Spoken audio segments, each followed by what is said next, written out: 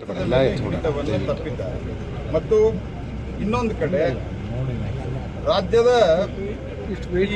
ಬೇರೆ ಬೇರೆ ಕಡೆ ಒಂದು ಹೊಸ ಕಾಯ್ದೆ ತರ್ತಾರೆ. ಏನು ಡೈವರ್ಟ್ ಮಾಡಲಿಕ್ಕೆ, ಅಟೆನ್ಷನ್ ಡೈವರ್ಟ್ ಮಾಡೋದು. ಏನು ಕಾಯ್ದೆ?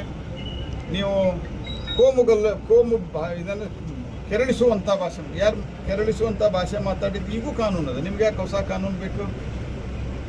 ಏನಾದರೂ ಆ ರೀತಿ ನೀವು ತಪ್ಪು ಭಾಷೆಯನ್ನು ಬಳಸಿದರೆ ಕ್ರಮ ತೆಗೆದುಕೊಳ್ಳಿಕ್ಕೆ ಈಗೂ ಇದೆ.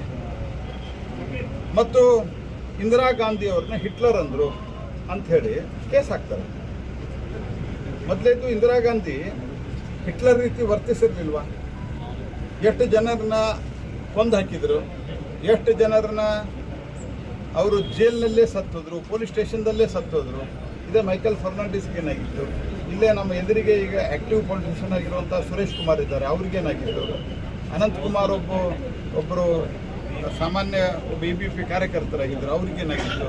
ಕರಂಬಳ್ಳಿ ಸಂಜೀವ್ ಶೆಟ್ಟರು, ಆಮೇಲಿಂದ ದೇವೇಗೌಡರು, ಇದೇ ಸಿದ್ದರಾಮಯ್ಯನವರು.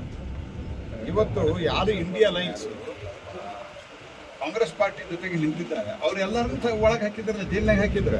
ಮತ್ತು ಸರ್ವಾಧಿಕಾರಿ ಅಲ್ವಾ? ಇದು ಹಿಟ್ಲರ್ ಶಾಹಿ ಅಲ್ವಾ? ಹಿಟ್ಲರ್ ಅನ್ನೋದು ಕೇಸ್ ಹಾಕ್ತಾರಂತ ನಾನು ಹೇಳ್ತಾ ಇದ್ದೇನೆ. ನಾವು ಇಂದಿರಾ ಗಾಂಧಿ ಅವಾಗ ಹಿಟ್ಲರ್ ರೀತಿ ವರ್ಸಿದ್ರು, ಹಾಕಂತ ಕೇಸ್.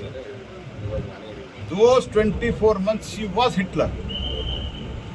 ಕೇಸ್ ಹಾಕ್ತಾರೆ. ಅಂದ್ರೆ ನೀವು ಜನರ ಒಂದು ಅಭಿವ್ಯಕ್ತಿ ಸ್ವಾತಂತ್ರ್ಯವನ್ನು ಹರಡು ಮಾಡ್ಲಿಕ್ಕೆ ಕೊಟ್ಟಿರ್ತೀರಿ. ನೀವು ಅಲ್ಲೇ ಚಕ್ರವರ್ತಿ ಸೂಲಿಬೆಲೆ ಅವ್ರಿಗೆ ಹೇಳ್ತಾರೆ, ನೀವೇನು ರಾಜಕೀಯ ಮಾತಾಡೋರು ಅಂತ. ಆ ಪೊಲೀಸ್ ಸೂಪರಿಂಟ್ SP ಅವ್ರಿಗೆ ತನಿಖೆ ಸರಿ ಇರಲಿಕ್ಕಿಲ್ಲ. ಅವ್ರಿಗೆ ರಾಜಕೀಯ ನೀವು ಮಾತಾಡ್ತೇನಪ್ಪ ಹಂಗಾರ? ನಾವು ಮಾತಾಡೋದು ರಾಜಕೀಯ, ನೀವು ಮಾತಾಡೋ ಹಂಗಾರ? ಈ ರೀತಿಯಾಗಿ ಆಡಳಿತವನ್ನು ನಡೆಸ್ತಾ ಇದ್ದಾರಲ್ಲ, ಇದು ಅವರ ಹತಾಶೆ ಮತ್ತು ನಿರಾಶೆಯನ್ನು ತೋರಿಸ್ತದೆ.